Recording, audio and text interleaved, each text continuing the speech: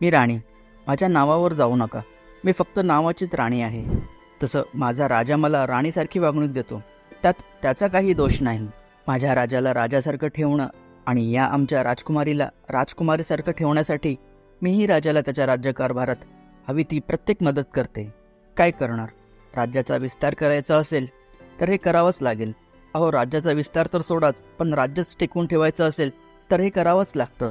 राजकुमारीचं चांगलं संगोपन, चांगलं शिक्षण जे करायचं आहे, तिच्या शाळेची फी आणि घर चालवण्यासाठी जो खर्च लागतो, त्यात राजाचा कणा फार वाकून गेलाय.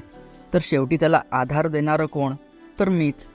पण या सर्वांचा आधार होता होता माझा कणा कधी मोडून गेला हे कळलेच नाही. माझा आधार कोण बनणार? की परीकथेतील एक परी येऊन माझं हे ओझं थोडं का होईना पण हलकं करणार? खरंच ही परी माझं ओझं हलकं करणार? पण माझ्या स्वप्नांचं काय? की तेही हीच परी पूर्ण करून देणार? मलाही स्वच्छंदपणे मन मोकळं करून नाचायचं आहे.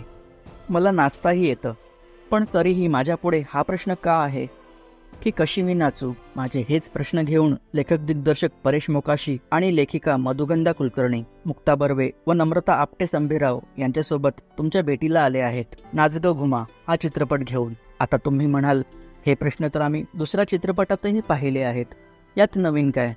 तर नवीन आहे यातील भावना, बाई आणि तिचा कधीच न संपणारा शोध. मग हा शोध तिला तिचा स्वतःचा असो की एक चांगली कामवाली बाई मिळवण्याचा.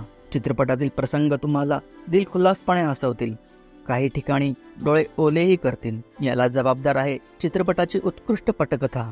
पडद्यावर जे काही चाललंय ते पाहण्यात तुम्ही दंग होऊन जाता.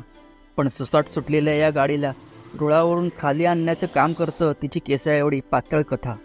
कथेमध्ये नाविन्य असं काहीच नाही आणि ती खूप प्रेडिक्टेबलही झाली आहे. पुढे काय होणार हे आपण आधीच ओळखतो. वर्किंग वुमनचा स्ट्रेस, महिलांना आपल्या हाताखाली दाबून ठेवणे, हे टॉपिक तर आपल्याला इतर चित्रपटातही पाहायला मिळाले होते. हे चित्रपट सर्व महिलांसाठी होते, कारण त्यामध्ये महिलांचे जवळजवळ सर्वच प्रश्न हाताळले होते. मग ते फॅमिली टेन्शन असो किंवा डायव्होर्स, वर्किंग वुमनचा स्ट्रेस, डिप्रेशन, महिलांवरची दडपशाही, इवन मेनोपॉज, या सर्वच गोष्टींवर प्रकाश टाकण्यात आला होता. पण इथे प्रत्येकाला कामवाली बाई परवडते असे नाही. अशा महिलांशी हा चित्रपट किती रिलेट करेल हे तर एक बाईच सांगू शकेल. पण ज्यांना कामवाली बाई ठेवणे परवडते त्यांच्यासाठी हा सिनेमा काही खजाण्यापेक्षा कमी नाही. ते या खजाण्याचा मनसोक्त आनंद लुटणार हे मात्र नक्की.